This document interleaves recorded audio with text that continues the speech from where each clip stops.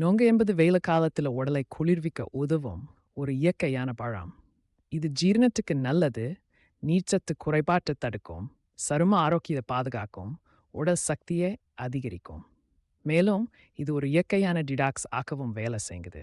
ஆனால் அதிகம் எடுத்துக்கொள்வதை தவிர்க்க வேண்டும், குறிப்பா சளி மற்றும் காய்ச்சல் உள்ளவர்கள்.